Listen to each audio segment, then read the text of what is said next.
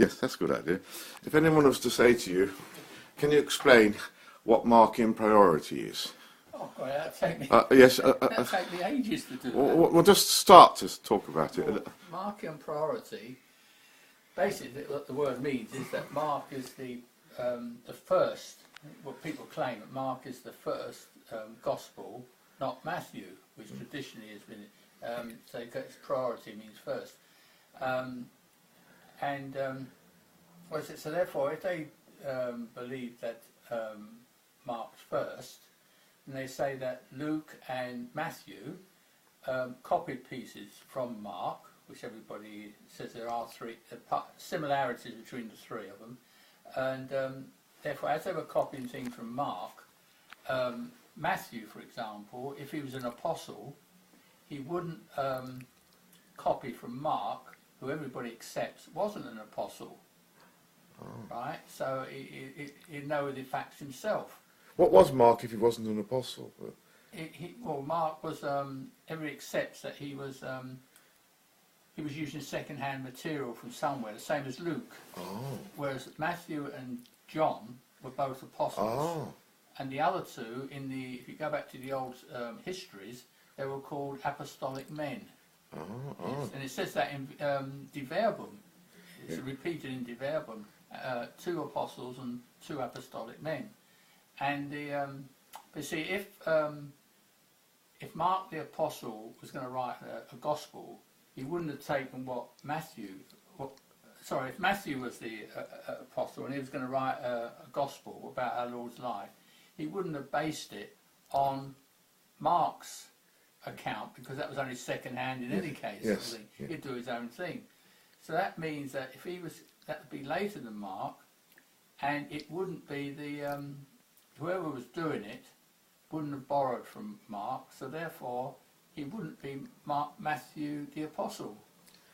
So it undermines the fact that Matthew was an apostle writing the gospel. He was just somebody, an anonymous person that no one knows who he was, who wrote later. And from that you can see how it starts to unravel. Everything unravels. You can't trust the historians, because every historian at the time and the years after, everybody agreed that Matthew wrote the first gospel. Yes. Now, if that's proved to be wrong, then you can't trust any of the historians in the early church about anything.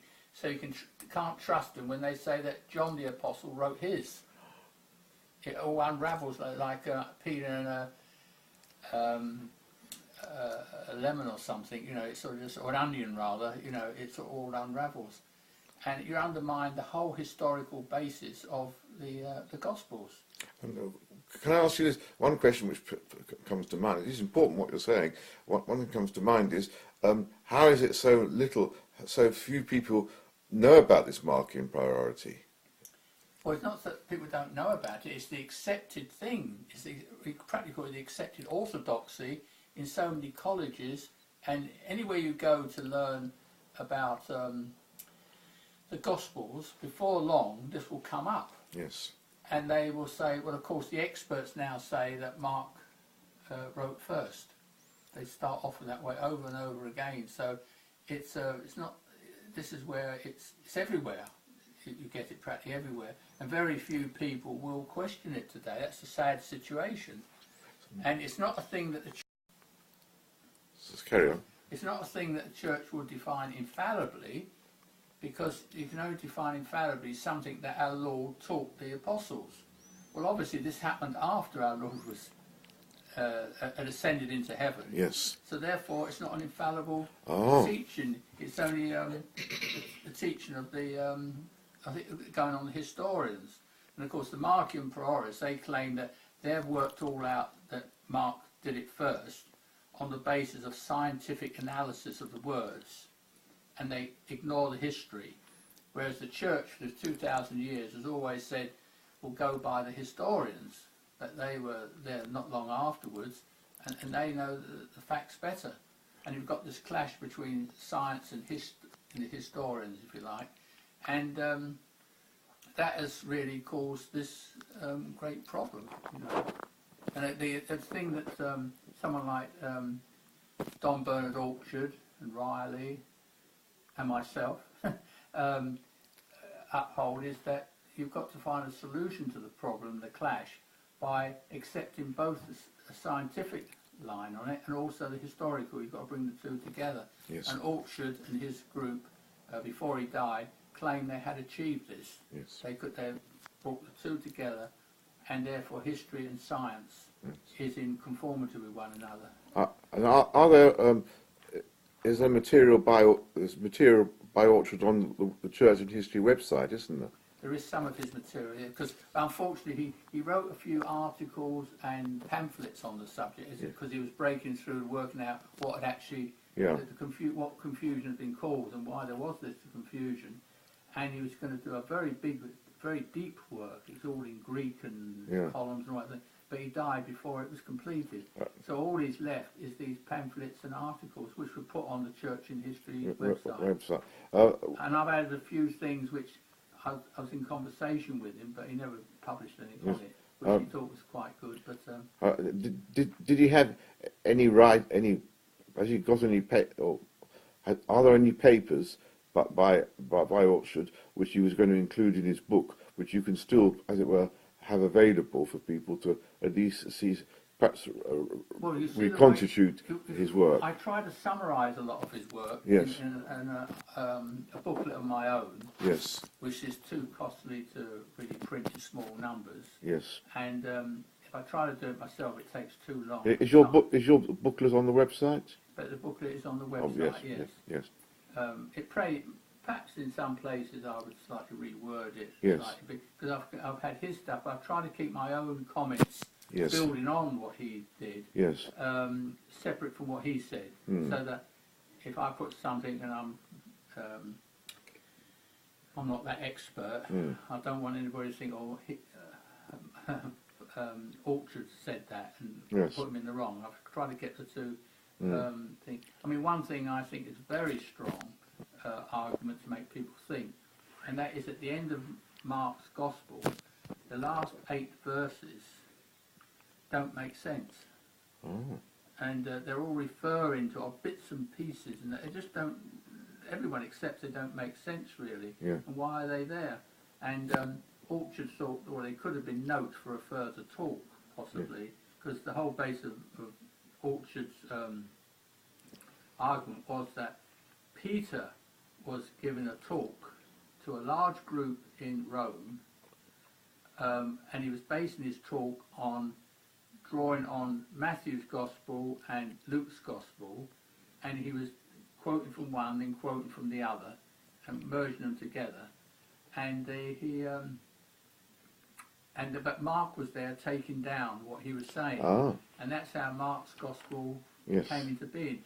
And that's why Mark's Gospel is always criticised for being in very bad Greek, it's bad grammar and bad, because you're taking down what someone is saying. Oh yes. And that's not the same sort of Greek, and that accounts for why it is, you can call it bad Greek. Yeah. Yes. Whereas, of course, the Markan priorities, that's the beginning of their whole theory, is they say Marx wrote in bad Greek, so therefore those that copied it, bits of it, Matthew and Luke, if they copied that, they would be improving the Greek, not making it worse. Whereas if Matthew and Luke was there and Mark came along, he wouldn't be copying bits out and making bad Greek from good Greek. That's the whole base of their thing. Very clear, very helpful. Well, Orchard's position on it is that the reason it was, if you call it bad Greek, it wasn't really, it was vocal Greek that Peter was speaking, and Mark wrote this down. And there's always a problem, well, how could Mark have written it down? He must have half memorised it, and it wouldn't be very accurate. But about 20 odd years ago, it was shown by, I've forgotten the name of the chap, he showed that they had shorthand at that time. So Mark could have written it all down in shorthand. And once Orchard realised that, he said, well, that is the missing piece in the jigsaw. Oh, very interesting. That Mark was writing it all down, and he wrote down the errors that Peter was making, because he's made errors, scriptural quotes, two scriptural quotations in Mark, which are false. But obviously Peter had misquoted, working from memory. Yes. And he misquoted 2 little things, and but they were never corrected. Although he wrote it all down, And according to Clement of Alexandria, who wrote about all this, and he actually said that the first two Gospels to be written were those that had the genealogies. Yes. In other words, Matthew and Luke. Yes. And therefore Mark found that this is exactly what Orchard says happens, sort of thing. And so he bound them together. And I'm losing a little track. There's so much information. It's very helpful what you're doing. It's very good. Difficult to get the thing. And